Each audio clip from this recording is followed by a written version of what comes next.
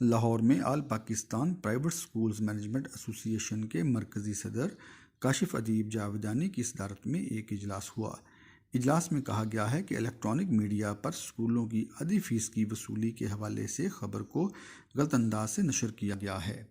اجلاس میں کہا گیا ہے کہ پنجاب حکومت نے نجی تعلیمی اداروں میں تعطیلات کے دوران آدھی فیس وصولی کا ابھی تک کوئی فیصلہ نہیں کیا۔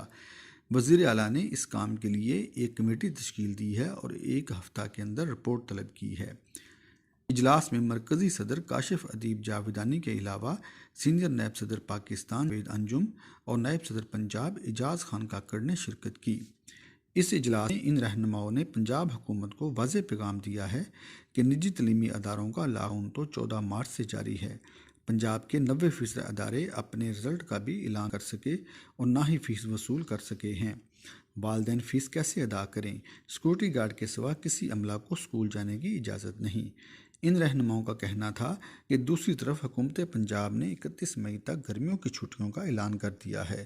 کاشف ادیب جاویدانی کا کہنا تھا کہ تعطیلات کا اعلان قبل از وقت کیا گیا ہے۔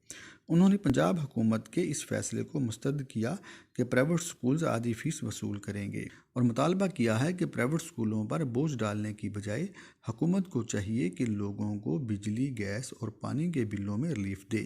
دوسری صورت میں ہم پنجاب حکومت کے اس فیصلے کو قبول نہیں کریں گے۔